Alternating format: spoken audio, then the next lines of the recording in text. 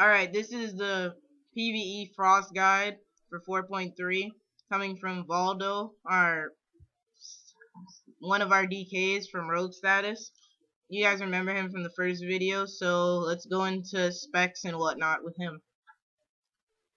With the Frost Dk, main thing you want to work on is on the talent trees. Survivability is not really a must for Frost, because being in Frost you cannot survive much. You're going to be squishy regardless. So the best thing to do is basically get as much damage out of yourself as possible. Which in the Frost spec, what you want to do, you need runic power mastery. You need it 100% because you need that last bit of runic power.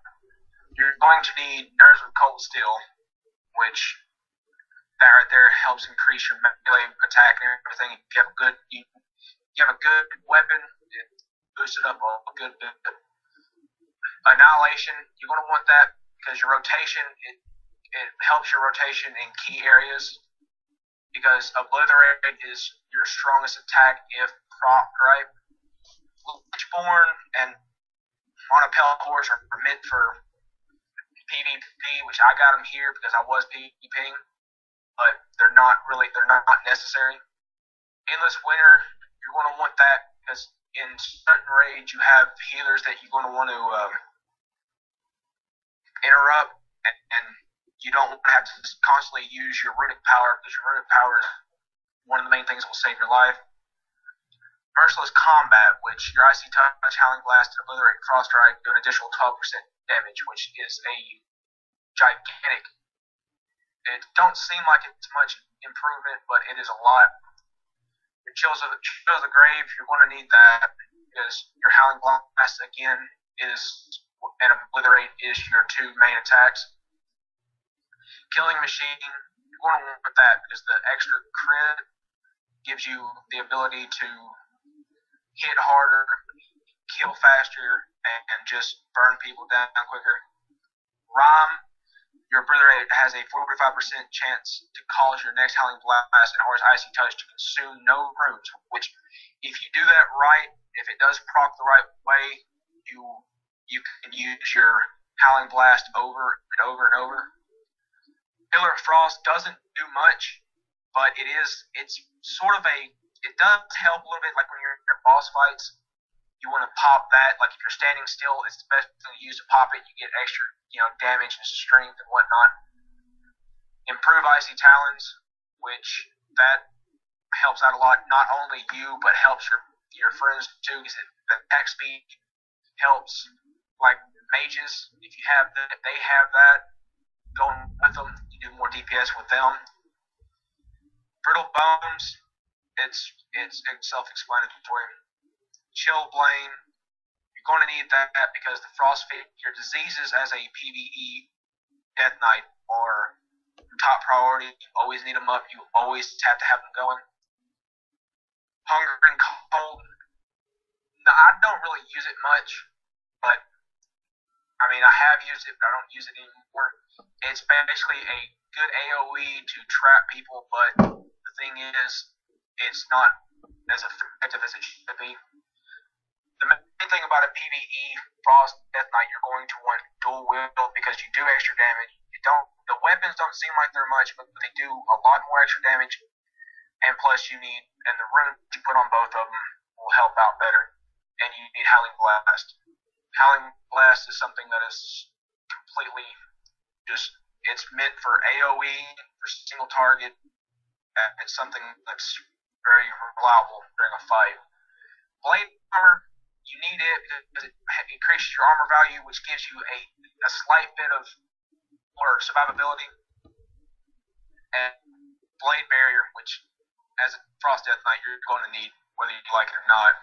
Which if you take out the Lichborn and the On a Pale Horse, you're going to put the 3 in Virulence, which increases the damage of your diseases, which is also needed. Now to glyphs. On your main glyphs, you only need 3 main glyphs. You need Frost Strike, Howling Blast, and Obliterate, because the Frost Death Knight is the only 3 attacks that you'll ever need, unless you're fighting specific battles. On minor or major glyphs, it's more of a matter of your what you're fighting and what you need and what you want. You want glyph chain device, of course, because it does the extra damage and it helps out a lot. And glyph of death grip, it helps out because like in PvP, you can grab people quickly and get them closer and quicker, as boss like said. It gets you face to face. Glyph of strangulate for PvP only, but it is also a real must. Minor glyphs are just practical, horn of winter, and resilient grip. Resilient grip, when you use it and someone is immune or anything like that, it resets the cooldown so you can use it on the next person. The rotation is set up for me. It's not spot on. I have macros and stuff, but for one of the macros is death grip and chains of ice, which during a PvP battle, if you use that just right, you will death grip the person with you, and chains of ice will hit and will keep them there. Second is for PvE, which is outbreak and pestilence. Use that on AoE people and a mass amount of groups. The third I have set as plague strike, but I don't use that much. Fourth, fifth, and sixth are the main three, which is obliterate, howling blast, and frost strike. At moments in the battle that you'll see each one of the buttons glow. Like when they proc, you'll have the obliterate and frost strike proc at the same time. The main ones you want to use is the obliterate. You don't want to use frost strike unless you have max rune, and it's only used for rune dumping. Howling blast, when it procs, it does an extra crit, an extra major amount of damage, which you always want to use that. And you want empowered rune weapon, which empowered rune weapon gives you immediately activating all your runes and generating 25 runic power, which has the ability to save you in fights, and gives you the ability to kill quicker. Another one of my macros is set for raise dead and death pact. When you're about to die, you press that and it allows you to heal quickly. And just recently I had my macro set for PvP, which was a macro of Lichborn, which you can use cast Lichborn, target yourself, cast Death Coil, and target last target. Using that will let you heal yourself, and you can, if you spam it just right, you can heal yourself to full health, and you can keep going and keep killing. Another one of mine I have is anti-magic shield with Icebound Fortitudes. If you're fighting a caster, the anti-magic shield will keep you from getting hit by their spells, and the Icebound Fortitude at the same time will keep you from getting snared or kept from moving. I guess I'm supposed to go on to Rune Forging, I guess. Or not, yeah, Rune Forging. Your main weapon, you're going to want to have Runes of Razor Eyes. I'm not going to get into it because it's just necessary. And Fall Crusader for your offhand.